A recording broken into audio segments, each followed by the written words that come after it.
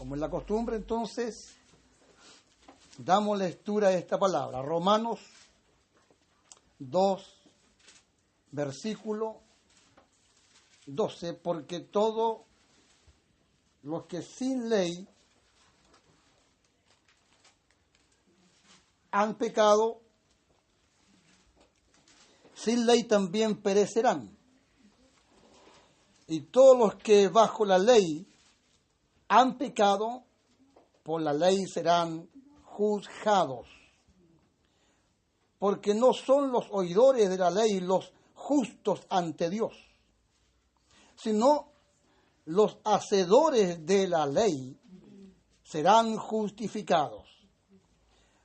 Porque cuando los gentiles que no tienen ley hacen por naturaleza lo que es de la ley, esto, aunque no tengan ley, son ley para sí mismos, mostrando la obra de la ley escrita en sus corazones, dado testimonio su conciencia y acusándoles o defendiéndoles sus razonamientos.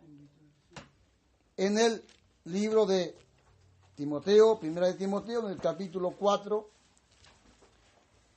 en el versículo 1 dice, pero el Espíritu dice claramente que en los postreros tiempos algunos apostatarán de la fe, escuchando a espíritus engañadores y a doctrina de demonios, por la hipocresía de mentirosos que teniendo cauterizada la conciencia, prohibirán casarse y mandarán a abstenerse de alimentos que Dios creó para que con acción de gracia participasen de ellos los creyentes y los que han conocido la verdad.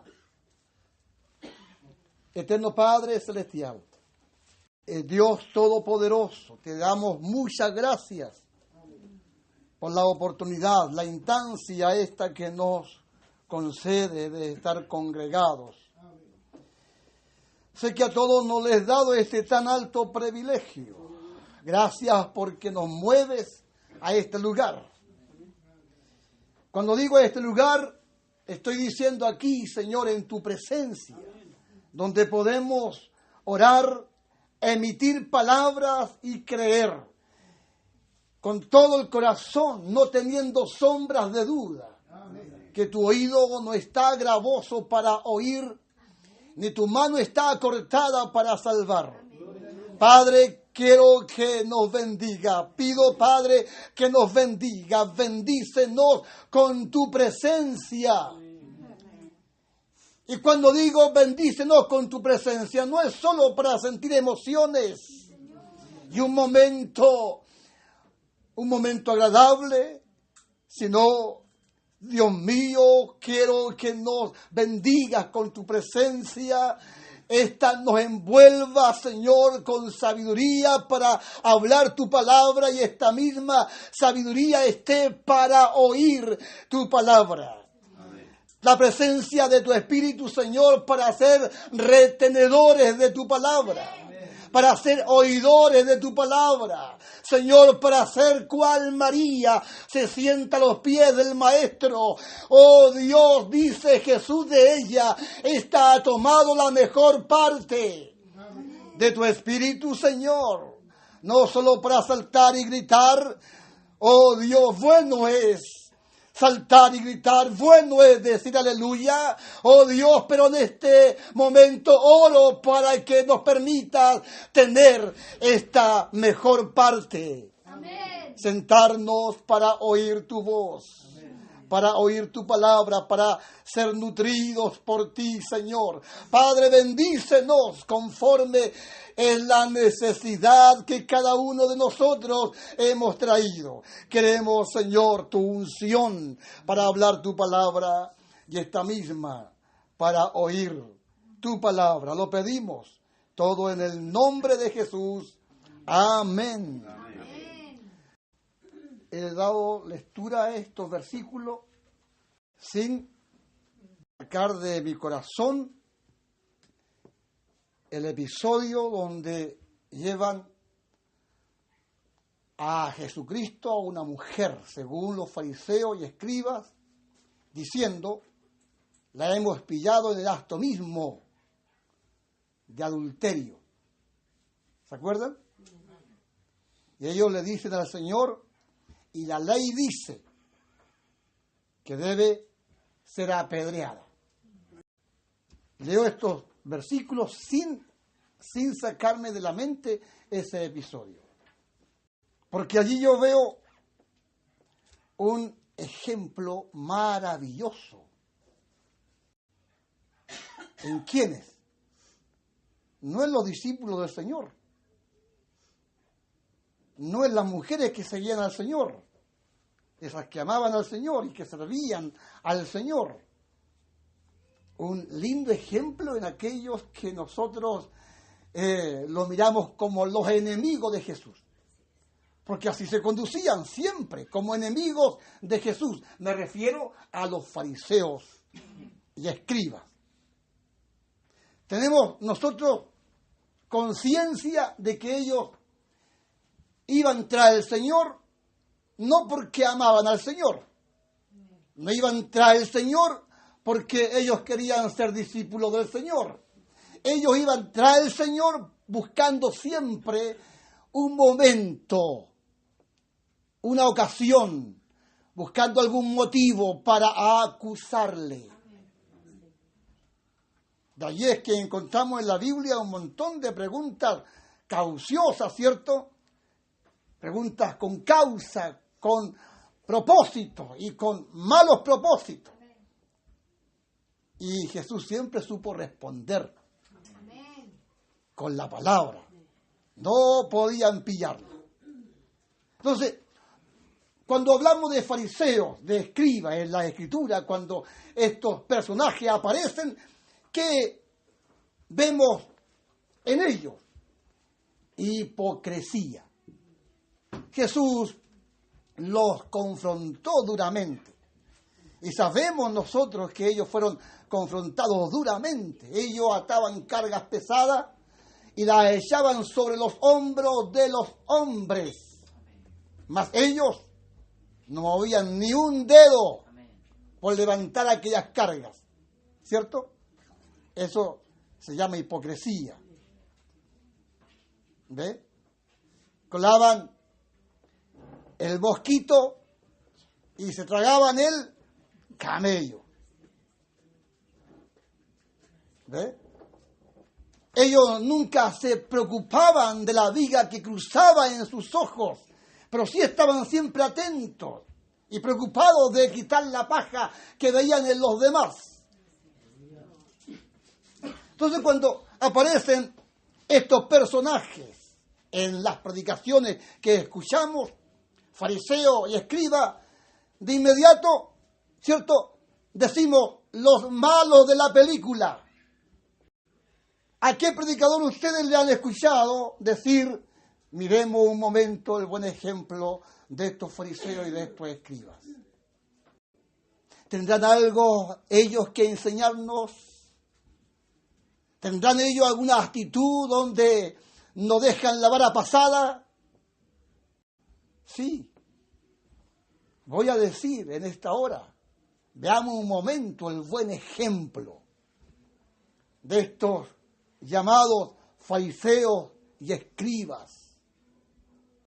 Fíjese que cuando reviso el pasaje donde llevan a la mujer adúltera, ¿cierto? Y el diálogo que se da entre ellos y Jesucristo, la actitud de los fariseos y de los escribas, digo, qué lindo ejemplo, cómo nos dejan la vara pasada. ¿Cómo nos dejan la vara pasada?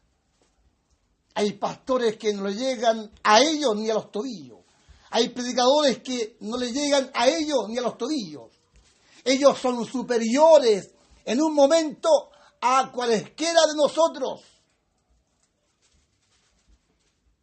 En un momento determinado Fíjese que la palabra hace tal efecto en el corazón de aquellos personajes que son mirados por nosotros como los malos de la película. La palabra hace tal efecto en ellos que ellos botan las piedras.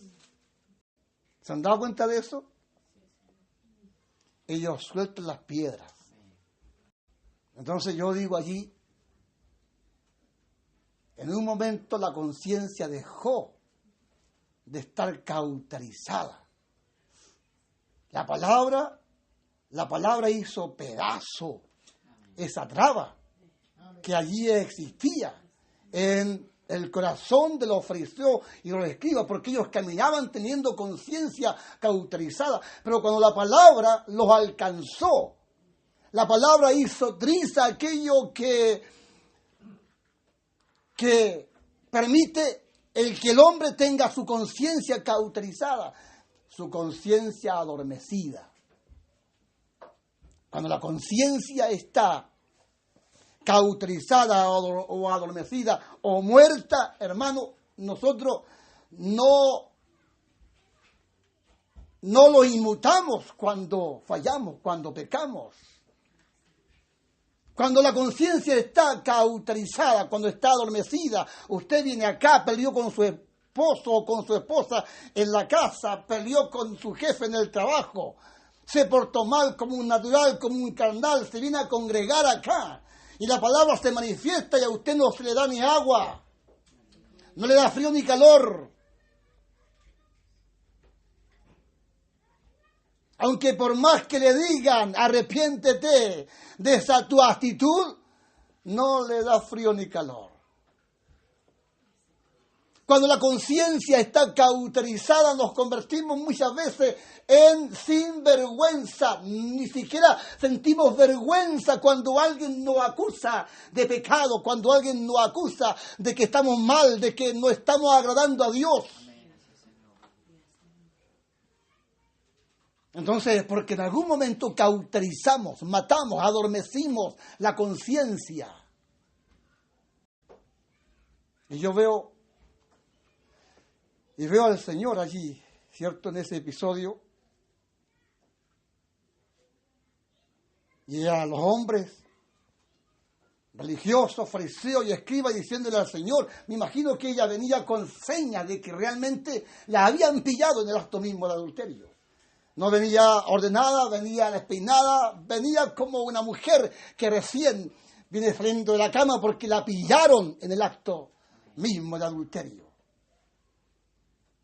Tú vas a María, me imagino, y la tiran a los pies del Señor y le dicen al Señor, la hemos pillado en el acto mismo de adulterio. Y la ley dice, por Moisés, que debe ser apedreada, que debe morir. ¿Cuál es la pregunta o la tentación? ¿Cuál es la pretensión de los fariseos y de los escribas? ¿Qué respuesta creen ellos del Señor? Porque ellos buscan la forma de cómo pillar al Señor, de cómo acusar al Señor. Quieren acusarlo de algo. ¿Qué esperan ellos del Señor? ¿Qué esperan que Jesús le va a responder? Ellos saben que Jesús es de amor, es de misericordia. Ellos saben que Jesucristo es un personaje compasivo, que se compadece cuando ve a la viuda que lleva a enterrar a su único hijo. Se compadece, ¿cierto? Mandó a parar la caravana que llevaban a enterrar a este muchacho. Jesús se compadeció, así dice la Biblia, se acercó a la mujer y le dijo, mujer, no llores. Y él, como es hacedor de milagro, ¿cierto?, llamó a ese muchacho a resurrección, el muchacho vino a resurrección. Jesús, bondadoso, misericordioso, le entregó a esa mujer viuda a su hijo, se lo entregó con vida. Porque Él es bondadoso, porque Él es misericordioso, Él se compadece. Entonces, saben los fariseos y escribas que Jesucristo es compasivo, que es misericordioso. Muchas veces ellos se molestaban y decían, aquí tenemos de qué acusarlo. Está trabajando en el día de reposo. Muchas veces Jesús trabajó, obró, predicó, hizo milagros en día de reposo. Entonces ellos decían, esta es nuestra oportunidad para apresarlo. Está faltando la ley. Y Jesús tenía cómo responder. Siempre tenía cómo responder. Y aquí están de nuevo, diciendo, la ley dice por Moisés que esta mujer debe morir. Y yo vuelvo a preguntar, ¿qué creen ustedes que esos hombres esperaban como respuesta? De seguro que ellos esperaban oír de Jesús, no la maten. Déjenla. Déjenle pasar esta. Ellos esperaban oír algo así. Perdónenla. Mire, si ellos oyen algo así de Jesús, de inmediato dicen, estás en contra de la ley. La ley dice que debe morir y tú nos dices que la perdonemos. Entonces eres un contradictor a la ley. Y así lo habrían acusado, como un contradictor a la ley. Entonces Jesús conoce a todos los hombres. No hay necesidad que alguien le enseñe acerca de los hombres porque Él los conoce a todos. Entonces Jesús conoce perfectamente con qué intención vienen. ¿Y qué respuesta es la que ellos buscan? Ellos buscan que Jesús se manifieste con bondad y con misericordia y diga, no la maten, perdónenla. Solo esperaban oír eso. Y Jesús, conociendo todo eso, se inclinó en tierra y empezó a escribir. No respondió, solo se puso a escribir en tierra. ¿Qué escribía? Es un misterio. Nadie puede decir a ciencia cierta lo que Jesús escribía allí. Puede que Él estuviera escribiendo, ¿cierto?, en aquel lugar, no sé, pues, no envió Dios a su Hijo al mundo para condenar al mundo, sino para que el mundo fuese salvo por Él. ¿Qué escribía? No sé, es un misterio. Probablemente escribía los pecados que cada uno de aquellos hombres que acusaban a la mujer estaban cometiendo. Pecados que no lo divulgaban. Pecados que seguramente ellos lo hacían a escondidas, a espaldas de los demás, a espaldas de sus mujeres. Y el Señor conocía cada pecado de ellos.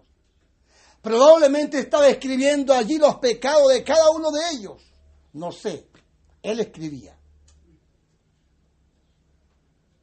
Y ellos están diciendo, la ley dice por Moisés que la mujer debe morir. ¿Y tú qué dices? Él no vino a contradecir la ley. Él vino a cumplirla. Entonces Él dice, ejecuten la ley. Él dice, mátenla. ¿Cierto? Dice eso. Puede hacerlo. Lo estoy diciendo yo en otras palabras. Puede hacerlo. Puede hacerlo. Pueden ejecutar la ley sobre ella. Hágalo el que esté sin pecado. Textualmente está escrito, el que esté sin pecado, que lance la primera piedra. Pueden lanzar las piedras sobre ella. Hágalo el que esté sin pecado. Porque Él no viene a abrogar la ley, Él viene a cumplir la ley. Él no viene para ponerse en contra de la ley. Él viene para cumplir la ley. Me decía alguien hoy en la mañana, ¿Qué piensa usted de la pena de muerte? ¿Está a favor o en contra? Entonces yo le empecé a decir muchas cosas que a lo mejor no me atrevo a decir públicamente, pero en el fondo estoy diciendo que sí estoy de acuerdo. Y entonces él me dice, riéndome, yo me reía al responderle así, y él me dice, pero ¿cómo alguien que predica la palabra, cómo alguien que cree en Dios va a estar de acuerdo con la pena de muerte? Y me dice, ¿y cómo? Dios perdonó a ese malhechor en la cruz. Tuvo misericordia de él. Claro. Dios tuvo misericordia de él. Y cuando el hombre dice, acuérdate de mí cuando venga en tu reino, ¿cierto? Porque reconoce a Jesús. Jesús le dice, de cierto te digo que hoy estarás conmigo en el paraíso. Amén. Y luego le pregunto, ¿lo salvó de la cruz? ¿Lo salvó de morir?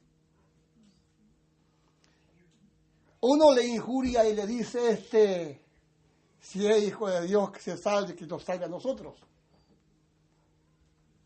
No se reconoce pecador ni reconoce al que está a su lado. ¿Ve? Pero el otro dice, nosotros justamente estamos acá. Se está reconociendo pecador. Mas este ningún mal ha hecho y señaló a Jesús. Está reconociendo a Jesús. ¿Ve? Entonces,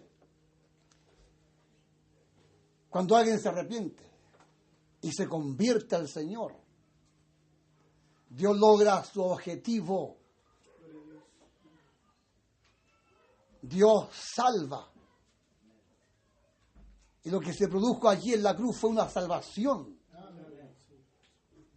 Porque el Hijo del Hombre vino a buscar y a salvar lo que se había perdido. Pero no libró a ese salvo de la cruz. Dios puede salvar a alguien que esté a punto de enfrentarse al pelotón de fusilamiento. Lo puede salvar porque Jesús vino para salvar lo que se había perdido. Si se arrepiente y se convierte a Cristo, es salvo. Pero a lo mejor no va a ser salvo del pelotón de fusilamiento. Jesús no vino a abrogar la ley, Él vino a cumplir la ley. La ley dice que la mujer debe morir.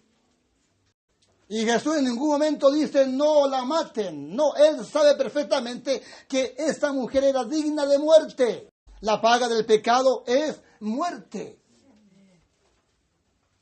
El asunto está en que estos hombres, a quienes yo lo veo siempre en los evangelios con su conciencia cauterizada, adormecida, hipócritas. En este episodio, cuando Jesucristo dice, el que esté sin pecado, que lance la primera piedra, que ejecute el juicio sobre esta mujer. La palabra, cómo hace efecto en la conciencia de estos hombres. Porque yo veo que ellos sueltan las piedras. Ellos sueltan las piedras. Y aquí es donde yo le digo a algunos pastores, a gente de presbiterios, que han juzgado, ¿entiende? De repente algunos casos, y no sueltan las piedras por nada. Pasan los meses, pasan los años, y usted se encuentra con ellos, y aún con las piedras en las manos, hermanos. ¿Quién de ustedes ha pecado, ha faltado delante del Señor? ¿Ha sido juzgado o juzgada? Hay quienes no perdonan. Gente de iglesia, gente de congregaciones, ancianos, pastores, no perdonan. Pasa el tiempo, pasan los años, y ellos continúan apuntando con el dedo. Ese pecó, esa pecó. Pueden pasar un montón de años, pero no, ese pecó. No es digno de que esté en el púlpito, no es digno de que lleve responsabilidad. no sueltan por nada las piedras, no saben autoexaminarse para contemplar que tienen ellos una viga atravesando en sus ojos. Mientras nosotros tengamos vigas atravesando nuestros ojos, ¿cómo podemos nosotros juzgar a alguien? Ayer le decía a unos hermanos con respecto a esto, de lo que es el juzgar, cuando el Señor Jesucristo dice, no juzguéis, ¿cierto? En los evangelios, ¿cierto? En el Sermón del Monte, donde allí Jesús habla un montón de reglas, ¿cierto? Para que tengamos una conducta correcta, Él dice, no juzguéis, para que no seáis juzgados. Entonces, muchos delicaditos dentro de las congregaciones, mujeres delicaditas, ¿cierto? También dentro de la iglesia, gente que no quieren que nada les digan. No, pues si cometen un error, ¿cierto? Y el pastor le va a llamar la atención. No, pero ¿cómo se le ocurre usted juzgarme? Si dice la palabra, no juzguéis para que no seáis juzgados. Nos tomamos de esa escritura para que nada nos digan. En ningún momento Jesús dice que no digamos nada. A ver, vamos a leer esa palabra. La estaba compartiendo solo ayer en Mateo 5. Mateo 7. 7 en el versículo 7.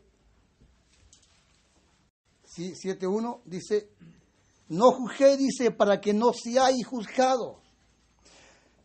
Esto es Jesús hablando acá en el Sermón del Monte, porque con el juicio con que juzgáis seréis juzgados, y con la medida con que medís os serán medidos. Y porque miras la paja que está en el ojo de tu hermano y no echas de ver la viga que está en tu propio ojo. Esto es lo que Jesús está diciendo allí a los fariseos y escribas. El que esté sin pecado, que lance la primera piedra. Quien tenga la capacidad de autoexaminarse y ver que en sus ojos le cruza una viga, quien tenga la capacidad de autoexaminarse y ver que también es torpe, y ver que también es débil, y ver que también ha cometido muchos errores, quien tenga esta capacidad de autoexaminarse, entonces que lance la primera piedra. Cuando alguien merece ser enjuiciado por cualquier cosa, ¿cierto? No sé, porque hay reglas dentro de una congregación, ¿cierto? Reglas en el coro, reglas en las dorcas, ¿cierto? Y a veces traspasamos esas reglas que nosotros mismos hemos acordado, ¿cierto?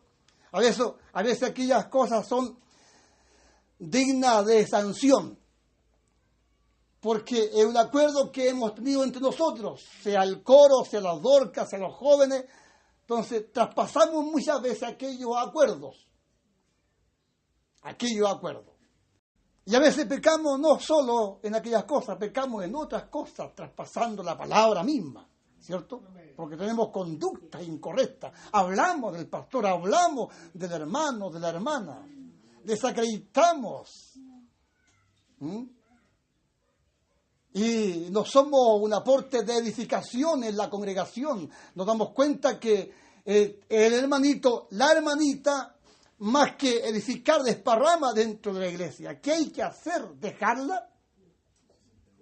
Si alguien le dice algo a esa hermanita o ese hermanito va a decir, momento.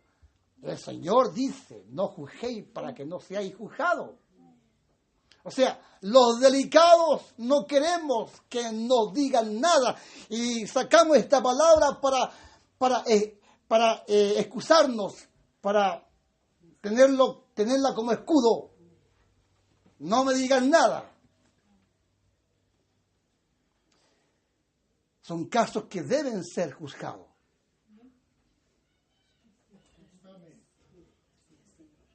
no es que no debemos juzgar. Si debemos juzgar. El espiritual, dice la Biblia, Pablo dice, el espiritual no es juzgado de nadie. O sea, el espiritual lo juzga todo, pero él no es juzgado de nada, ni por nadie. ¿Cómo puede ser juzgado a alguien que ama? ¿Será juzgado a alguien porque ama? ¿Será juzgado a alguien porque perdona? ¿Será juzgado a alguien porque ayuda a su enemigo cuando lo ve mal? Porque eso es ser espiritual. Vivir en el fruto del Espíritu. Eso es ser espiritual. Vivir como Cristo vive. Entonces, por eso que dice Pablo, el espiritual no es juzgado por nadie. Pero él puede juzgarlo todo. ¿Ve? Entonces, es por ello que si vamos a juzgar a alguien, por cualquier cosa, sea grande o pequeña, esta es la regla que Jesús nos pone a todos nosotros. No solo al pastor, no solo al presbiterio, a todos nosotros nos pone esta regla. Que nos preocupemos de la viga que cruza en nuestros ojos. Y al decir que nos preocupemos de la viga que cruza en nuestros ojos, eso es decir, antes de juzgar a alguien, autoexamínate. Autoexamínate tú. Yo también soy torpe. Yo también soy débil. Yo también he cometido errores. Entonces me acercaré al hermanito, a la hermanita, pero considerándome a mí mismo. ¿Ve? Es lo que en otras palabras también nos enseña el apóstol Pablo, que cada vez que nos acerquemos a alguien para juzgarle, para decirle cualquier cosa, debemos hacerlo considerándonos a nosotros mismos, porque también somos torpes, también somos débiles. Y cuando así nos acercamos a alguien que ha caído, que ha fallado de alguna forma o de otra, nos acercaremos siempre con la intención de restaurarlo. Amén. Lo que más deseamos es que él sea restaurado. Amén. Miramos primero nuestra viga y luego nos acercamos. ¿Ve? Y cuando nos acercamos correctamente, entonces nos acercaremos deseando que el hermanito, que la hermanita sea restaurado. Pero cuando no tenemos nosotros esta regla en nuestras vidas, cuando no estamos prestando oído al Señor, que antes debemos mirar nuestra viga, que antes debemos mirar nuestra vida, mirar cómo nos conducimos nosotros, mirar que también somos débiles y torpes, cuando no tenemos este cuidado y solo miramos el mal del hermano, el mal de la hermana, y nos enojamos, nos enrabiamos. ¿Cómo puede ser que no entienda? ¿Cómo puede ser que esta hermana sea así? ¿Cómo puede ser que este hermano sea así? Me tiene cansado este hermano. Y nos acercamos enojados y molestos y le decimos, ¿hasta cuándo? ¿Cómo se le ocurre estar pecando de tal forma, de tal manera, sin vergüenza? Y les decimos, tú no eres digno de estar con nosotros, de estar en el coro, de estar en la iglesia, de estar predicando. Te pasaste, eres un pecador. ¿Ve? Entonces actuamos como fariseos y escribas que no pueden ver la viga que cruza en sus ojos. Entonces, con esto no estamos diciendo que no hay que decir nada. Estamos diciendo que cuando digamos algo a alguien, porque le vemos faltas, le vemos errores, debemos tener el cuidado de primero autoexaminarnos nosotros.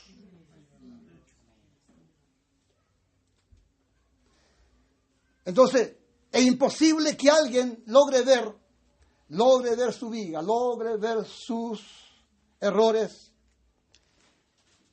si tiene su conciencia cauterizada, si tiene su conciencia adormecida. Y hoy en día, lamentablemente, podemos decir que gran cantidad de congregación así es como camina, con una conciencia cauterizada. Y la conciencia, hermano, se cauteriza de a poco. De a poco empezamos a matar la conciencia, a adormecerla, para que por nada nos acuse, hasta convertirnos muchas veces en cara dura dentro de la iglesia. Así, hermano, lo digo para que se entienda. Para que se entienda. No es que quiera faltarle el respeto, no, es que quiero que se entienda. Un cara dura es aquel que no está ni ahí con lo que se le diga. Aunque le estén diciendo las cosas, aunque le estén señalando su pecado, pero no está ni ahí. Ni se inmuta. Algunos siguen predicando, siguen enseñando. Aunque están no solo pecando, sino que en la práctica de ciertos pecados, pero siguen predicando. ¿Ve? Entonces, porque en algún momento cauterizaron, adormecieron la conciencia. Cuando leemos lo que dice aquí en 1 Timoteo, pero el Espíritu dice claramente que en los posteros tiempos algunos apostatarán de la fe. Apostatar es volver atrás. Apostatar es ya no creer como está escrito. Es ya no creer como habíamos creído antes del Señor. ¿Cierto? Escuchando a espíritus engañadores y a doctrinas de demonios. Para que alguien llegue, hermano, a escuchar doctrinas de demonios, tiene que tener su conciencia cauterizada por la hipocresía de mentiroso que teniendo cauterizada la conciencia. Con conciencia cauterizada, hermano, prohibirán casarse y mandarán a obtenerse de alimentos que Dios creó para que con acción de gracia participasen de ellos, los creyentes y los que han conocido la verdad. Ahí aparece lo que es conciencias cauterizadas. Así que el Señor pueda despertarnos las conciencias. Yo creo, hermanos, yo creo que la palabra debe provocar el efecto que provocó en los fariseos y en los escribas. El que esté sin pecado, que lance la primera piedra. Esa palabra hizo tal efecto en aquellos hombres, tal efecto que ellos empiezan a autoexaminarse, a observar la tremenda viga que tenían en sus ojos. Se ven pecadores, a lo mejor más que esa mujer a quienes ellos estaban acusando. Hizo tal efecto la palabra en ellos, que la conciencia en ese momento dejó de estar cauterizada, despertó la conciencia. Y se ven pecadores. Y lo lindo de esto es, por ello que digo, el lindo ejemplo de estos fariseos y escribas en ese momento. El lindo ejemplo. Que al oír la palabra y al verse pecadores, ellos ¿qué hacen? Sueltan las piedras. Así que soltemos las piedras. Soltemos las piedras. ¿Tiene piedra usted en sus manos para lanzársela a alguien? Cada vez que vea a esa hermanita, cada vez que vea a ese hermanito, ¿usted tiene lista la piedra? ¿Dispuesta a lanzarla? Caminamos con piedras en las manos. Y dispuestos siempre estamos a lanzar la piedra sobre aquel o sobre aquella. Entonces, que la palabra haga el efecto que hizo en aquellos fariseos y escribas.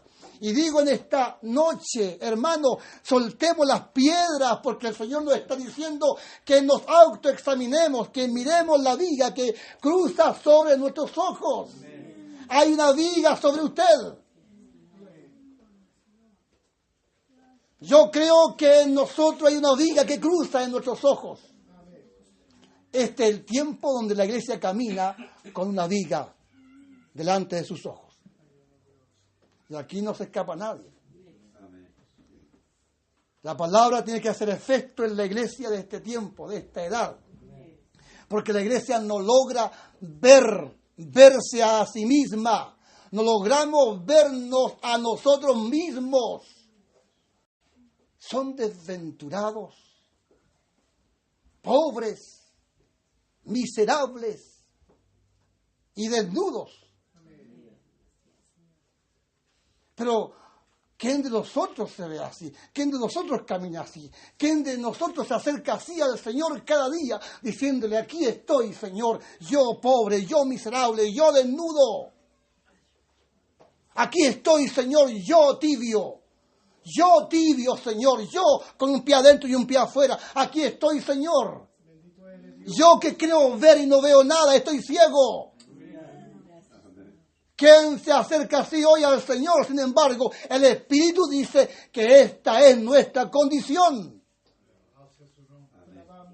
¿Y no sabéis que eres pobre, ciego, miserable y desnudo? Y no sabes que eres pobre, miserable, ciego y desnudo. Es lo que dice el Espíritu a la iglesia de la Odisea. La iglesia de la Odisea es tipo esta edad. Es tipo nosotros. Entonces digo, este es el tiempo donde la iglesia camina con una viga cruzándole los ojos. Somos muchas veces como los fariseos y los escribas. Tenemos actitud de hipócrita muchas veces.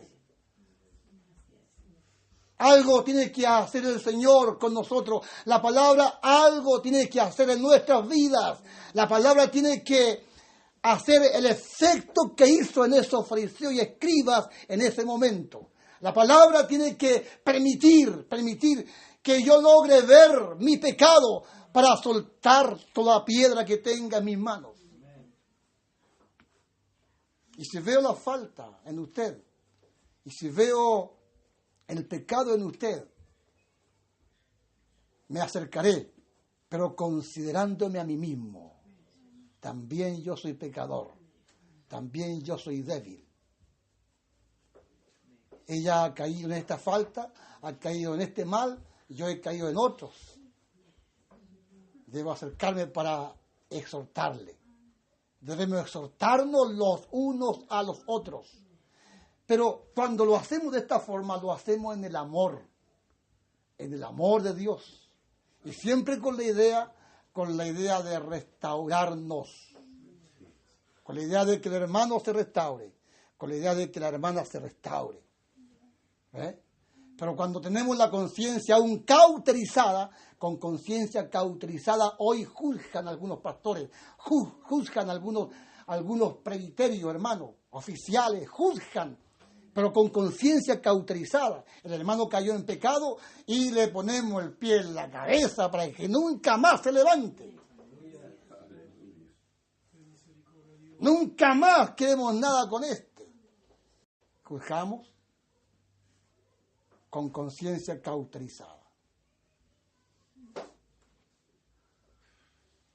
Así que el Señor nos libre, hermano, de la conciencia cauterizada. Si su conciencia está despierta, cuide de que no se duerma.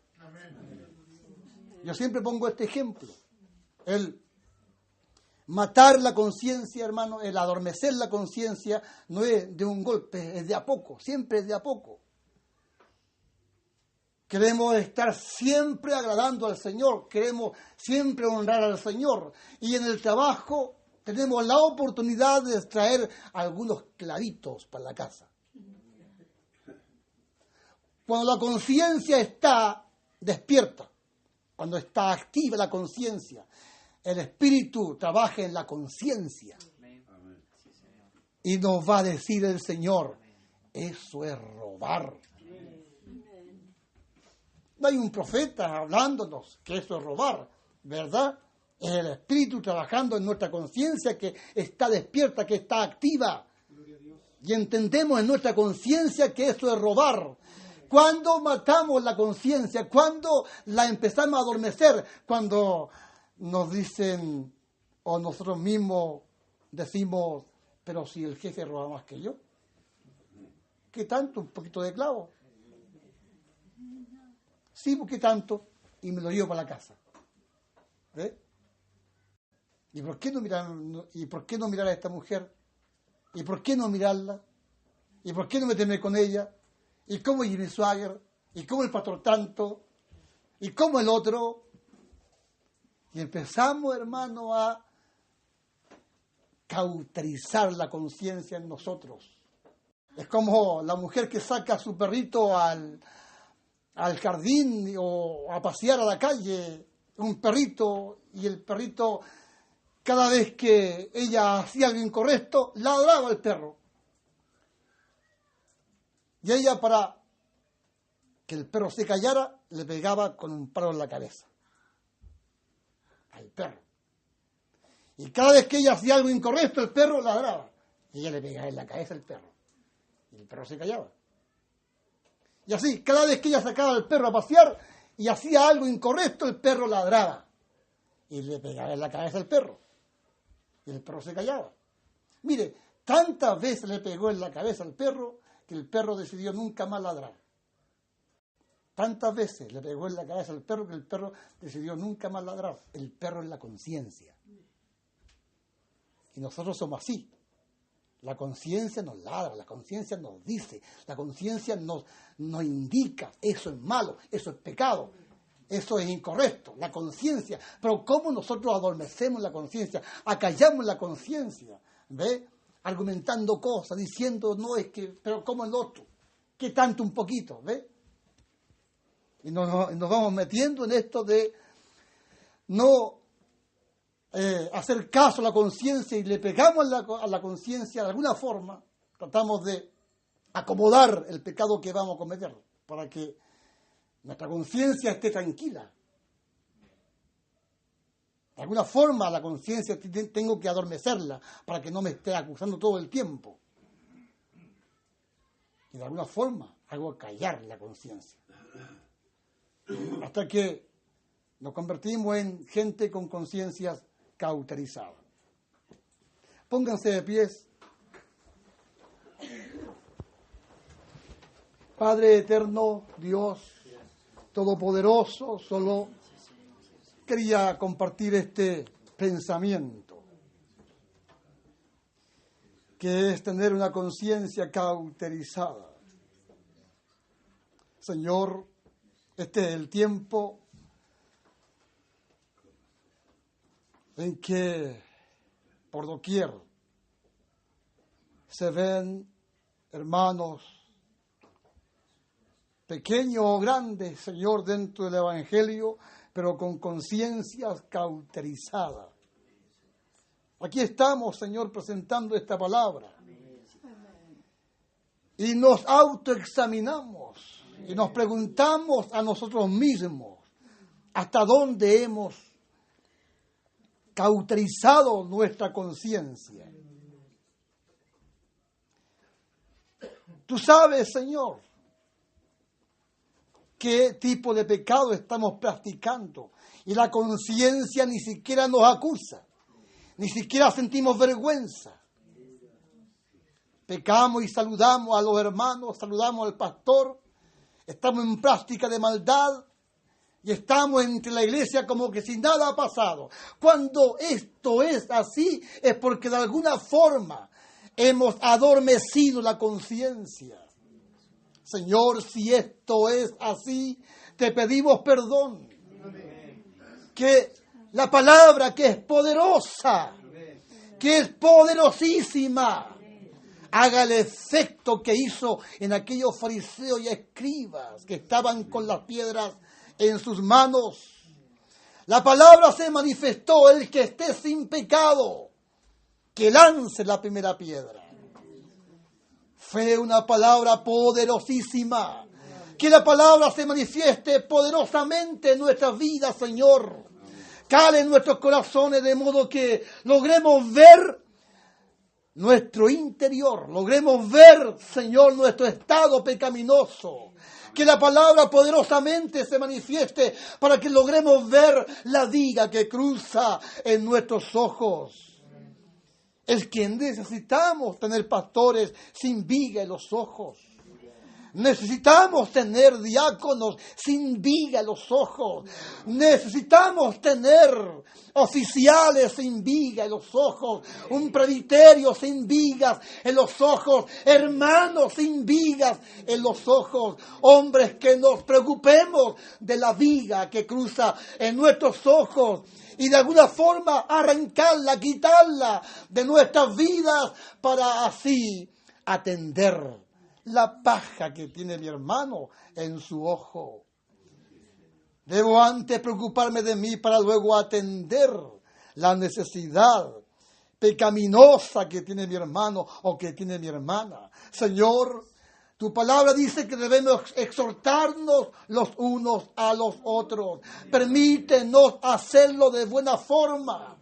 De buena forma, Señor, como nos enseña el apóstol Pablo, que cuando tengamos que juzgar a alguien, debemos hacerlo considerándonos a nosotros mismos. Porque también somos torpes, somos débiles. Señor, esta es nuestra realidad. No somos super hermanos, no son super hermanas mis hermanas aquí presentes. Somos torpes y débiles, Señor. De modo que si vemos que alguien ha fallado, ayúdanos a poner en práctica ese consejo, que no lo entrega un apóstol, lo entrega el mismo Señor Jesucristo. Él dice, ve y repréndele estando tú y él a solas. Si te oyere, has ganado a tu hermano. Ayúdanos a poner en práctica esto, Señor, que es saludable. Con un buen espíritu nos acercamos sin viga en los ojos y conversamos con el hermano. Si no entiende, entonces recién el presbiterio, el pastor, los oficiales, conversaremos con él. Es el consejo del Señor. Y si allí no entiende, porque hay gente que no entiende dentro de las iglesias. Hay hermanos más porfiados que otros. Entonces se puede aplicar el juicio, la disciplina, Señor, que no le hará mal a ese hermano o a esa hermana. Se hace con el fin de restaurarlo. Se hace con el fin de que no se pierda. Con el fin, Señor, de que aunque el diablo los zarandee por un momento, pero salvará su alma del infierno. Señor, oramos para que esta palabra haga vida en nuestros corazones. Oramos para que esta palabra, Señor, nos permita considerarnos, Señor, de mayor forma, de mejor forma, y no mirar a nadie con desprecio, porque todos somos torpes y débiles, sino que esta palabra nos permita, Señor, más que condenarnos, buscar la forma de cómo ayudarnos uno a otro, porque en nuestro corazón debe estar esto, que todos, ojalá todos experimenten restauración. Muchas gracias, Padre, por este momento, por esta instancia. Bendice esta congregación, bendice al pastor, Señor, bendice su núcleo familiar, bendice a esta congregación, a los hermanos que predican, bendice a los diáconos, el presbiterio de este lugar. Oro, Dios mío, para que nunca falte la palabra, nunca falte la buena doctrina, la buena enseñanza, Señor, que conduzca, que lleve a esta congregación siempre por el camino correcto, por el camino correcto, Señor. Muchas gracias. Queremos tu bendición. La rogamos, la pedimos en el nombre glorioso de Jesús. Amén. Les quiero invitar a que se suscriban a este nuestro canal. La idea es que puedas compartir esta palabra. Si te es de bendición, entonces compártela para que otros sean bendecidos y hagamos posible que esta palabra corra y sea glorificada.